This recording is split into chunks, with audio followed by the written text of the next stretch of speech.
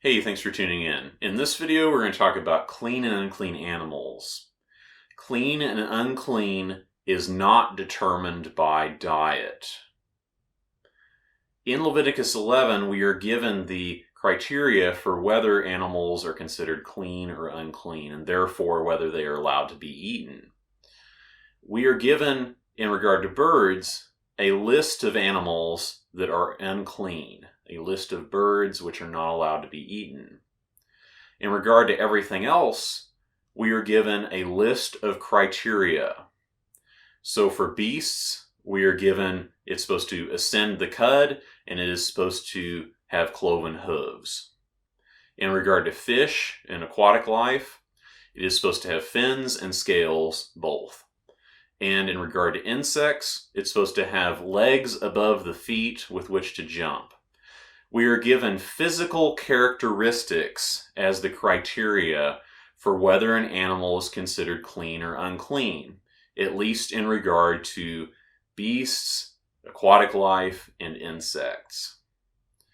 So it has been commonly taught, and presumably this even goes into Christian circles because I've heard it from some Christian associates as well, that the animal's diet has some kind of determination as to whether it is clean or unclean.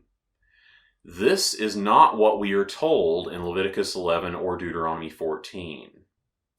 We might make some assumptions based upon the criteria given and based upon the list of animals given. We might make assumptions and we might draw some generalizations, and we might see some correlations in what is being said in the animals that are being listed and in the animals that we think of whenever we see the criteria, but that is not anything we are ever told in the law. So therefore we need to be careful about this generalization, about these correlations, because they're not taught in the law, and I've seen it result in confusions regarding the command and even adding to the law as a result. So in regard to aquatic life, we'll give one example of this.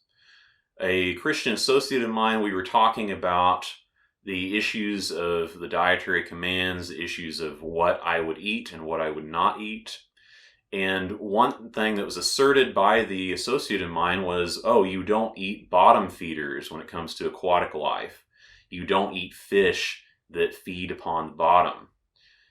That is something that is never said in the law. The law never says anything about bottom feeders, and it never says anything about the diet of the fish or the aquatic animal in question. It is true that we could say, well, certain types of catfish do not have scales in the same way that other fish do, and so therefore they are unclean, and certain types of catfish, of course, feed upon the bottom. But that is just an observation that we are making. That is just a generalization that we may assume. It is not textual to say that we are not allowed to eat bottom feeders. The only criteria we are given regarding aquatic life, regarding fish, is it must have both fins and scales. That is the extent of the criteria for fish. If it has fins and scales, we eat it. If it does not have fins and scales, we wouldn't eat it. Whether it's a bottom feeder or whether it's not, whether it's herbivore, omnivore, or carnivorous, those are criteria that are never addressed in the law. Therefore, it is irrelevant. And of course, another observation I've had about this issue in regard to how people are interpreting it, sometimes people think that certain animals that would normally be clean can somehow become unclean based upon their diet. Once again, diet is never a criteria given in the law for whether an animal is clean or unclean. And so people might assume, based upon some generalizations like, okay, goats and sheep and cattle are clean and deer are clean.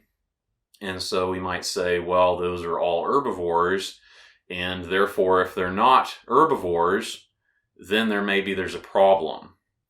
That's not actually the case. It's not actually the case that they are exclusively herbivores, for one thing, and once again, the law never says anything about their diet.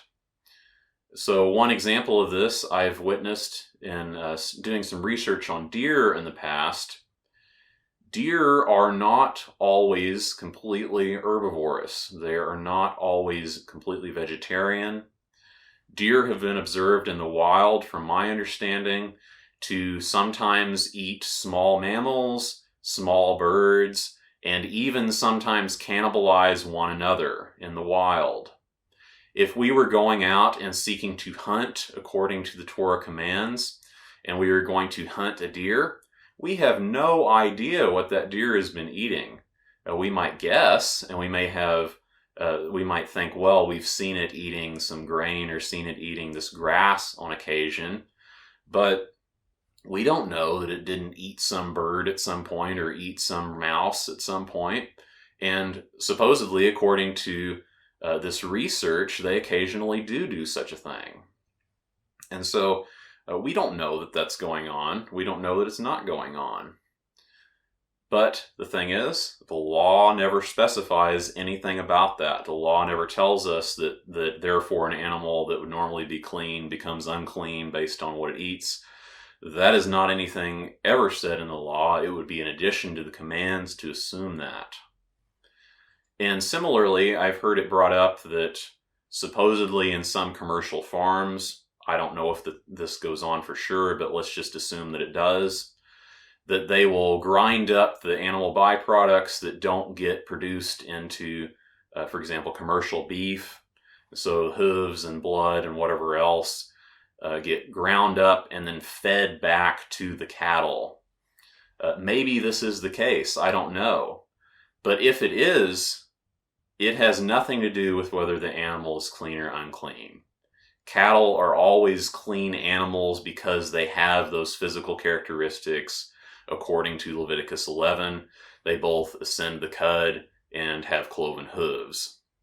Cattle are always going to be clean.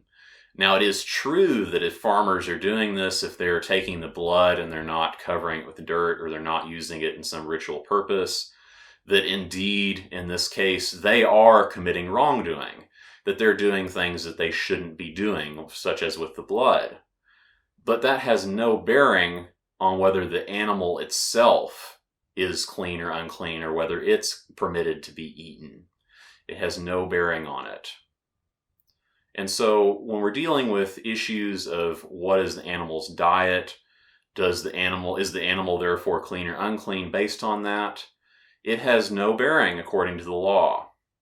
Indeed, there may be some cases where a clean animal is not supposed to be eaten because, for example, it was preyed upon by other animals and therefore killed, and it was a predation, and so we're not allowed to eat that. Or if it was just all of a sudden just died and it wasn't slaughtered, we're not allowed to eat that either. Or if it was sacrificed to another god, we wouldn't be eating that either. But it still fundamentally does not change whether the animal is clean or unclean. The animal is clean or unclean based upon its physical characteristics, as far as it deals with beasts, insects, and aquatic life. We are given criteria based upon physical characteristics. Thanks for watching. Feel free to check out some of my other videos about other Torah issues, and be sure that you stay in touch so we can continue this discussion. Thanks for watching. Remember the commands. Peace.